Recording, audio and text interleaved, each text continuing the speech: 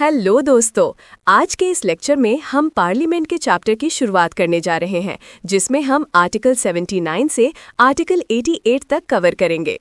इस सेशन में हम समझेंगे कि भारत के पार्लियामेंट का स्ट्रक्चर क्या है, कौन कौन से पार्ट्स हैं, जैसे लोकसभा, राज्यसभा और प्रेसिडेंट, उनके इलेक्शंस कैसे होते हैं, उनकी टर्म्स क्या हैं और पार्लियामेंट के सेशंस कैसे चलते हैं। साथ ही हम डीलिमिटेशन कमीशन, सीट एलोकेशन और कुछ इंपॉर्टेंट कॉन्स्टिट्यूशनल प्रोविजंस के बारे में भी डिटेल में बात करेंगे। ये सब टॉपिक्स एसएससी और अन्य कॉम्पिटिटिव एग्जाम्स के लिए बहुत इंपॉर्टेंट हैं, तो ध्यान से सुनिए और समझिए। Constitution of parliament, article 79। Article 79 कहता है कि भारत में पार्लियामेंट होगा जो 3 पार्ट से मिलकर बना है, लोकसभा, राज्यसभा और प्रेसिडेंट। लोकसभा को लोअर हाउस या हाउस ऑफ पीपल कहते हैं, जहां लोग डायरेक्टली वोट करते हैं। राज्यसभा को upper house, council of states या हाउस ऑफ एल्डर्स कहते हैं।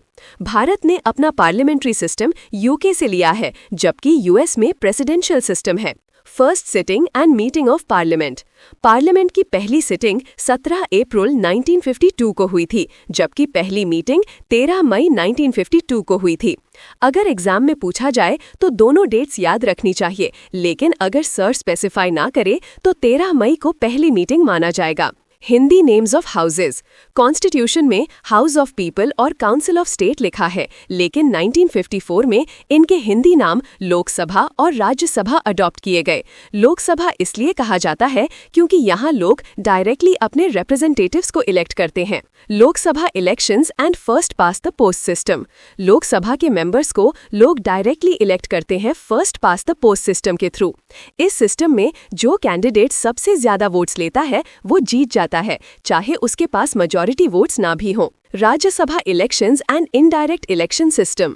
राज्यसभा के मेंबर्स इनडायरेक्टली इलेक्ट होते हैं स्टेट लेजिस्लेटिव असेंबलीज के द्वारा प्रोपोर्शनल रिप्रेजेंटेशन और सिंगल ट्रांसफरेबल वोट के बेसिस पर। यहाँ लोग डायरेक्टली वोट नहीं करते। Representation of states and union territories in Rajya Sabha. Her state का राज्यसभा में अपना रिप्रेजेंटेशन होता है। सिर्फ 3 यूनियन टेरिटरीज दिल्ली, पुडुचेरी और जम्मू एंड कश्मीर का राज्यसभा में रिप्रेजेंटेशन है, क्योंकि इनके पास लेजिस्लेटिव असेंबलीज हैं। उत्तर प्रदेश के पास सबसे ज्यादा 31 सीट्स हैं, जबकि नॉर्थ ईस्ट के कई स्टेट्स के पास सिर्फ 1 सीट होती है। Composition of Rajya Sabha, article 80। Rajya Sabha में मैक्सिमम 250 मेंबर्स हो सकते हैं, जिसमें 238 इलेक्टेड होते हैं और 12 नॉमिनेटेड होते हैं। प्रेसिडेंट टैलेंटेड लोगों को नॉमिनेट कर सकता है जो लिटरेचर, साइंस, आर्ट या सोशल सर्विस में महारत रखते हैं। अभी राज्यसभा में 245 मेंबर्स हैं, क्योंकि कुछ यूनियन टेरिटरीज के सीट्स वेकेंट हैं। Composition of Lok Sabha, article 81। Lok Sabha में मैक्सिमम 550 मेंबर्स हो सकते हैं, जिसमें 530 स्टेट से डायरेक्टली इलेक्टेड होते हैं और 20 यूनियन टेरिटरीज से। एंग्लो इंडियन कम्युनिटी के लिए नॉमिनेशन का प्रोविजन 104th अमेंडमेंट के बाद खत्म हो गया है। SC/ST रिजर्वेशन अभी भी चल रहा है। Seat allocation based on population. States को सीट्स उनकी पॉपुलेशन के हिसाब से एलोकेट की जाती हैं, ताकि हर एक वोट की वैल्यू बराबर रहे। अगर किसी स्टेट की पॉपुलेशन बढ़ती है तो उसकी सीट्स भी बढ़ सकती हैं, और अगर कम होती है तो सीट्स कम हो सकती हैं। Delimitation commission and its role. Population के हिसाब से सीट्स एलोकेट करने के लिए डीलिमिटेशन कमीशन बनती है। ये कमीशन अभी तक 4 बार बनी है, 1952, 1962, 1972 और 2000। लेकिन 42nd और 84th अमेंडमेंट्स के तहत डीलिमिटेशन को 2026 तक फ्रीज कर दिया गया है। इस वजह से कुछ स्टेट्स डीलिमिटेशन को लेकर आजकल प्रोटेस्ट कर रहे हैं। Population and representation issues. कुछ सदर्न स्टेट्स ने northern BIMARU states UP, Bihar, MP, Jharkhand पर आरोप लगाया है कि वो अपनी पॉपुलेशन को कम दिखाकर अपनी रिप्रेजेंटेशन बढ़ा रहे हैं। सदर्न स्टेट्स कहते हैं कि उन्होंने अपनी पॉपुलेशन को कंट्रोल किया है, लेकिन उनकी रिप्रेजेंटेशन कम हो रही है, जो उनके लिए अनफेयर है। Population control and representation freeze. कुछ सदर्न स्टेट्स ने नॉर्दर्न बिमारू स्टेट्स पर आरोप लगाया कि वो अपनी पॉपुलेशन को कम दिखाकर अपनी रिप्रेजेंटेशन बढ़ा रहे हैं, जबकि उन्होंने फैमिली प्लानिंग प्रोग्राम्स चलाकर अपनी पॉपुलेशन कंट्रोल की है। इस वजह से उनका रिप्रेजेंटेशन कम हो रहा है, जो उनके लिए एक तरह का पेनल्टी है। इस प्रॉब्लम को सॉल्व करने के लिए इंदिरा गांधी ने 42nd अमेंडमेंट के थ्रू डीलिमिटेशन को 2000 तक फ्रीज कर दिया था, जिसमें रिप्रेजेंटेटिव्स 1971 1971 के सेंसस के हिसाब से सिलेक्ट किए जाएंगे। Extension of freeze till 2026। बाद में 84th अमेंडमेंट ने इस फ्रीज को 2026 तक एक्सटेंड कर दिया है। मतलब डीलिमिटेशन कमीशन अब तक नहीं बैठेगी और 1971 के सेंसस के हिसाब से ही सीट्स एलोकेट होंगी। 2027 के बाद डीलिमिटेशन कमीशन फिर से बैठेगी, जिसके बाद नए सेंसस के हिसाब से सीट एलोकेशन होगा।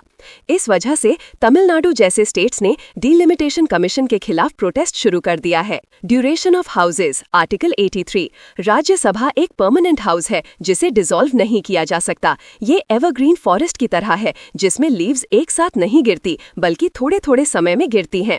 राज्यसभा के मेंबर्स का टर्म 6 साल का होता है और हर 2 साल में 1/3 मेंबर्स रिटायर होते हैं। लोकसभा का टर्म मैक्सिमम 5 साल का होता है, लेकिन गवर्नमेंट अगर मेजॉरिटी खो देती है तो लोकसभा जल्दी डिसॉल्व हो सकती है। Extension of Lok Sabha term in emergency. Lok Sabha का टर्म इमरजेंसी के केस में 1 साल के लिए एक्सटेंड किया जा सकता है। ये एक्सटेंशन बार बार हो सकता है, लेकिन हर बार पार्लियामेंट की अप्रूवल लेना जरूरी होता है। अगर पार्लियामेंट अप्रूवल नहीं देता तो एक्सटेंशन वैलिड नहीं होगा। इमरजेंसी के दौरान भी इलेक्शंस 6 महीने के अंदर करवाना जरूरी होता है। Qualifications for membership, article 84। Parliament के मेंबर्स के लिए कुछ क्वालिफिकेशंस है। सबसे पहला, मेंबर को इंडियन सिटीजन होना चाहिए। राज्यसभा के लिए मिनिमम एज 30 साल है और लोकसभा के लिए 25 साल। इसी वजह से राज्यसभा को हाउस ऑफ एल्डर्स भी कहा जाता है, क्योंकि यहाँ थोड़े बड़े उम्र के लोग होते हैं। Role of president in parliament. President parliament का इंटीग्रल पार्ट है। कोई भी बिल बिना प्रेसिडेंट के असेंट के लॉ नहीं बन सकता। लोकसभा का पहला सेशन होता है, उसके बाद राज्यसभा का सेशन होता है। प्रेसिडेंट के पास लोकसभा को डिसॉल्व करने का अधिकार होता है, क्योंकि राज्यसभा परमानेंट हाउस है और उसे डिसॉल्व नहीं किया जा सकता। Sessions of parliament, article 85। Parliament के 3 मेन सेशंस होते हैं। बजट सेशन सबसे लंबा, मॉनसून सेशन और विंटर सेशन सबसे छोटा। सेशंस के बीच का गैप, जिसे रिसेस कहते हैं, 6 महीने से ज्यादा नहीं हो सकता। प्रेसिडेंट ही सेशंस को समन और प्रोरोग करता है। Dissolution of Lok Sabha. लोकसभा को प्रेसिडेंट डिसॉल्व कर सकता है जब गवर्नमेंट मेजॉरिटी खो देती है, जैसे नो कॉन्फिडेंस मोशन पास होने पर।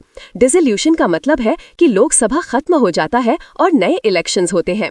राज्यसभा को डिसॉल्व नहीं किया जा सकता क्योंकि वो परमानेंट हाउस है। Conditions for dissolution. लोकसभा तब डिसॉल्व होता है जब गवर्नमेंट मेजॉरिटी खो देती है, नो कॉन्फिडेंस मोशन पास होता है, प्राइम मिनिस्टर रिजाइन करता है या अगर कोई पार्टी मेजॉरिटी प्रूव नहीं कर पाती।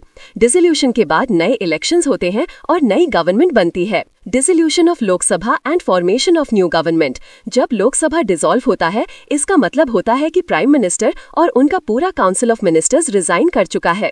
इसके बाद नए इलेक्शंस होते हैं और नई सरकार बनती है। हो सकता है कि पुराना प्राइम मिनिस्टर जैसे मोदी जी दोबारा जीतकर वापस आएं, लेकिन तब तक नए इलेक्शन जरूर होंगे। प्रेसिडेंट का स्पेशल एड्रेस, आर्टिकल 86। प्रेसिडेंट को अधिकार है कि वो पार्लियामेंट के दोनों हाउसेस को स्पेशल एड्रेस दे सकता है। ये एड्रेस हर साल के पहले सेशन में या नए लोकसभा के पहले सेशन में दिया जाता है। इस एड्रेस को मोशन ऑफ थैंक्स कहते हैं, जिसे पार्लियामेंट को पास करना होता है। अगर ये मोशन पास नहीं होता तो इसका मतलब होता है कि सरकार के पास लोकसभा में मेजॉरिटी नहीं है। Rights of ministers and attorney general, article 88। Her minister और अटॉर्नी जनरल को दोनों हाउसेस में बोलने का अधिकार होता है, लेकिन वोट सिर्फ उस हाउस में कर सकते हैं जिसका वो मेंबर है। जैसे मोदी जी लोकसभा के मेंबर हैं, वो राज्यसभा में बोल सकते हैं लेकिन वोट नहीं कर सकते। इसी तरह राज्यसभा के मेंबर्स लोकसभा में बोल सकते हैं लेकिन वोट नहीं कर सकते। अटॉर्नी जनरल किसी भी हाउस का मेंबर नहीं होता, इसलिए वो वोट नहीं कर सकता। नो कॉन्फिडेंस मोशन और voting rights. No confidence motion सिर्फ लोकसभा में होता है। अगर प्राइम मिनिस्टर राज्यसभा का मेंबर हो, जैसे मनमोहन सिंह, तो वो अपने खिलाफ नो कॉन्फिडेंस मोशन में वोट नहीं कर सकता। इसलिए आमतौर पर प्राइम मिनिस्टर लोकसभा से ही आते हैं, क्योंकि वहां डायरेक्ट इलेक्शन होता है और वहां वोट करना पॉसिबल होता है। Examples of prime ministers from Rajya Sabha. Manmohan Singh और इंदिरा गांधी दोनों राज्यसभा के मेंबर्स थे। मनमोहन सिंह एक महान इकोनॉमिस्ट थे, लेकिन उन्होंने कभी लोकसभा इलेक्शन नहीं जीता।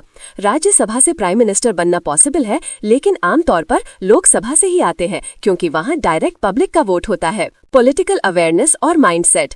पॉलिटिक्स में रिजिड होना सही नहीं है। हमें अपने पॉलिटिकल व्यूज फ्लेक्सिबल रखने चाहिए और अपने रिश्तों को खराब नहीं करना चाहिए। पॉलिटिक्स को समझना जरूरी है ताकि हम सही वोट दे सके, लेकिन अपने दोस्तों और परिवार के साथ अच्छा व्यवहार रखना भी उतना ही जरूरी है।